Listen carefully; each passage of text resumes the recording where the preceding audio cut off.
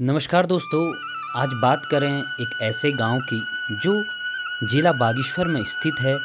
नाम ग्राम ठागा। यहाँ के जो पर्वत हैं और यहाँ के जो खेत और नदियाँ इस पहाड़ की सुंदरता को अलग ही बयां करता है। आज दिन था भगवान शैम के मंदिर में भोग लगाने का। सभी ग्रामवासी कुछ न कुछ अपने घरों से ला करके भगवान को भोग लगाते हैं। आपाधापी भरे इस युग में लोग अपने गांवों को छोड़ करके रोजगार के तलाश में बाहर चले गए हैं। तो गांवों का जो हाल है, मंदिरों का जो हाल है, वो काफ़ी अजीब सा हो चुका है। वहाँ जो घास है काफ़ी बड़ी बड़ी वो घास हो चुकी है। तो इस घास को सभी लोग मिलजुल करके साफ कर रहे थे और इतनी अधिक ये घास थी कि गेट से अंदर तक आने में लोगों को दिक्कत तक यहाँ पर होती थी। जौनहरू हरपट, जौनहरू खड़पट। उत्तराखंड के कुमाऊं में प्रचलित इस लोकोक्ति का अर्थ है कि हरू हरजू आए हरियाली लाए, हरू हरजू जाए सब कुछ नष्ट हो जाए। हरू हरजू के साथ हमेशा शैम देवता के भी मंदिर होते हैं। हरू और शैम अब बारी बारी से अपने घरों से जिस प्रकार की भी सब्जी है सब्जी लेके आ रहे थे। आटा, चावल, साथ ही तेल, दिया जलाने के लिए और ये तमाम सारी चीज़ें भगवान को अर्पण करने के लिए। और यही जो तेल ले करके आया जाता है और ये मंदिर के दिए में लगातार ये दिया जलाया जाता है और जो तेल बच जाता है उसके द्वारा पूरियों में और इसी आटे के द्वारा भगवान के मंदिर में पूरियां बनाई जाएंगी। आइए जानते हैं चाचा से मंदिर के विषय में। अच्छा। हाँ, आप बहुत लंबे समय से चल रही है। लंबी समय से सफाई कर रहे हैं। अच्छा। हाँ, इसलिए साफ सफाई करेंगे भी पहले। अच्छा। फिर उसके बाद यहाँ पूजा हो रही है। हाँ। हाँ, फिर पूरी सब्जी है, हलवा पूरी बनाएंगे। अच्छा, ये हर साल ही होता रहता होगा? ये हर साल होते रहता है। अच्छा, ये हर साल ही होते रहता है। नवरात्रि का आज दसरा है। हाँ। हाँ, दसरा का प्रोग्राम चल रहा है। और कौन से मंदिर में हो रहा है प्रोग्राम? अभी ये शैम जी के मंदिर में, ठागा शैम जी के मंदिर में। ठागा शैम जी के मंदिर में। हाँ। अच्छा, प्रोग्राम चल रहा है। अभी ये पंडित जी पाठ पढ़ रहे हैं। अच्छा। हाँ, अभी तो आप लोगों ने बहुत एक फौजी ये भी हैं। हाँ, तो आज सफाई पूरा अभियान चल रहा है फिर? अच्छा, और कोई मैसेज क्या है? है? अच्छा। हाँ। अब बारी थी पुजारी जी के द्वारा भगवान को स्मरण करने की, अर्थात आरती करने की। सभी लोग भूकर हो, झांझर हो लेकर के आ गए थे और भगवान को याद करने में लगे हुए।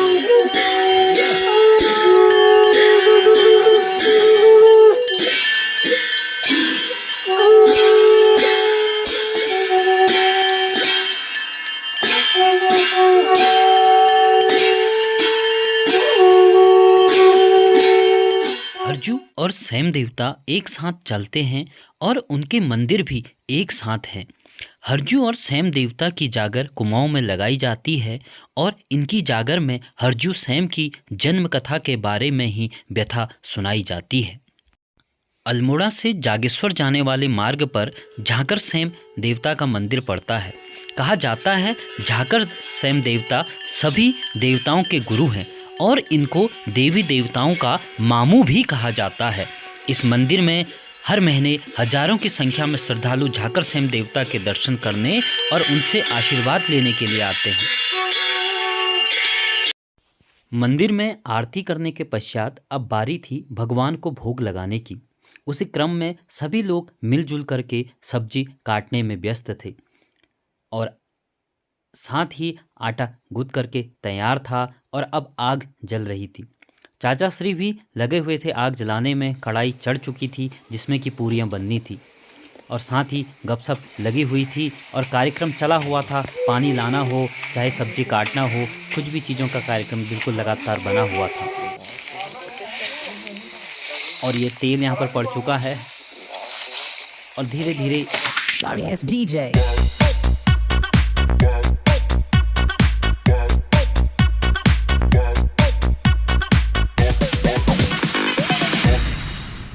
हर कोई किसी न किसी प्रकार के कार्य में व्यस्त था। कोई अपना चूल्हा लगा रहा था, कोई इसमें पूरियाँ बना रहा था और साथ ही सभी लोग किसी न किसी प्रकार से मंदिर में इस भोग की तैयारी में लगे हुए थे। शहरों से दूर अपने गाँवों की बात ही कुछ निराली है। यहाँ पर के जो लोग हैं, जो मिलजुल करके रहना और साथ में मिलजुल करके जो कार्य लोग यहाँ पर करते हैं, उसका बात ही कुछ और है। पूरियाँ निकालने का जो डिपार्टमेंट संभाला हुआ था वो लल्लू चाचा ने संभाला हुआ था और साथ ही सब्जी बनाने का प्रोग्राम चालू था। मसाले इसमें पड़ रहे थे और जो लौ थी आग की वो अलग ही जलने में लगी हुई थी। मौसम खुशनुमा था, लोग गपशप में अपना लगे हुए थे और इस सब्जी में मिक्स वेज टाइप की ये सब्जी थी। इसमें हरी सब्जी भी इसमें डाली गई गडेरियों के साथ। और पुजारी जी जो मंदिर के होते हैं वो अपना अलग से प्रसाद बनाते हैं। अलग से प्रसाद हो, अलग से सब्जी हो, वो अलग बनाते हैं। साथ ही ग्रामवासी अपना जो प्रसाद होता है उसे अलग बनाया करते हैं। यहाँ पर पुजारी जी लगे हुए थे। शायद ये हलवा पुजारी जी बना रहे थे हैं और बड़े हंसमुस किस्म के ये पुजारी जी। और यहाँ पर हमारी ये सब्जी बिल्कुल तैयार थी बनने को और इसमें अब लास्ट टमाटर इसमें पड़ गया था।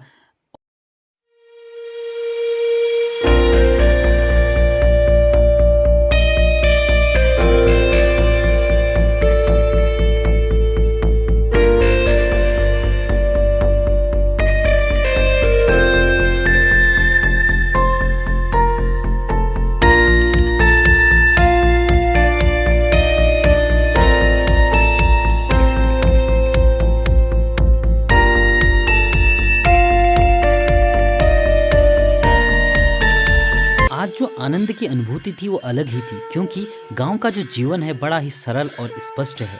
अब बारी थी भगवान को भोग लगाने की। प्रभु, अब जो ये आरती होती है इसे कहा जाता है भगवान को भोग लगाना। एक प्रारंभ में जो आरती की जाती है, तत्पश्चात खाना बनने के बाद, जो प्रसाद बनने के बाद भगवान को पुनः एक आरती के साथ साथ भोग लगाया जाता है। और सभी लोग भगवान की भक्ति में डूब चुके थे, ईश्वर को प्राप्त कर लेना चाहते थे और पूरा चीजें भूल करके इस रंग में डूब जाना चाहते थे।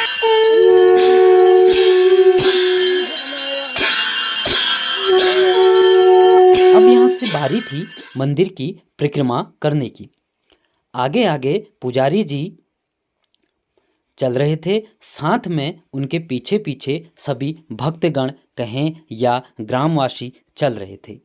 पुजारी जी पूजा कर रहे थे। चारों दिशाओं में पुजारी जी रुक रुक करके पूजा करते हैं। उनके पीछे शंख बजाते हुए, घंटी बजाते हुए, साथ ही झांझर बजाते हुए और भूकर बजाते हुए प्रभु को याद कर रहे थे। भगवान स्वयं से यही मनोकामना कर रहे थे, इस गांव को खुशहाल करे, भारत को खुशहाल करे, उत्तराखंड को खुशहाल रखे, प्रत्येक जनमानस को सद्बुद्धि दे। क्या बच्चा, क्या बूढ़ा और क्या जवान, सभी लोग भगवान स्वयं को दरबार में आज झूम जाना चाहते थे।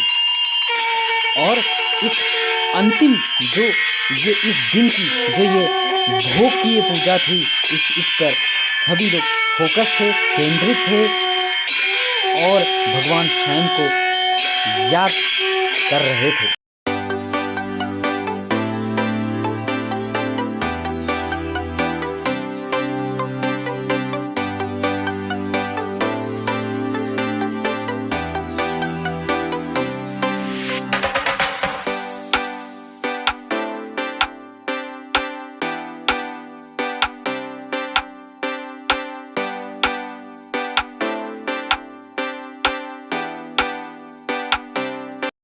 जहाँ जो बहन बेटियां हैं उनका भी परिवार खुश रहे, खुशहाल वो रहें, प्रभु स्वयं से मनोकामना है।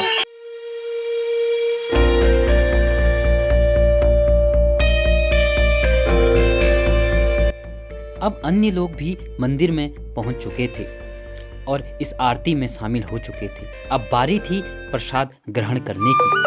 पहाड़ों की जो ये संस्कृति है, जो ये रीति है, जो ये रिवाज है, वो कहीं भी देखने को नहीं मिलती। बैठ करके जो खाना खाना, हो, और साथ ही जो चाहे बांटने वाले हों चाहे जो खाने वाले हों वो चप्पल बिल्कुल यहाँ पर नहीं पहनते, और वो प्रेम और सद्भाव के साथ खाना और खिलाना का जो ये दृश्य रहता है वो बड़ा ही मनोरम रहता है।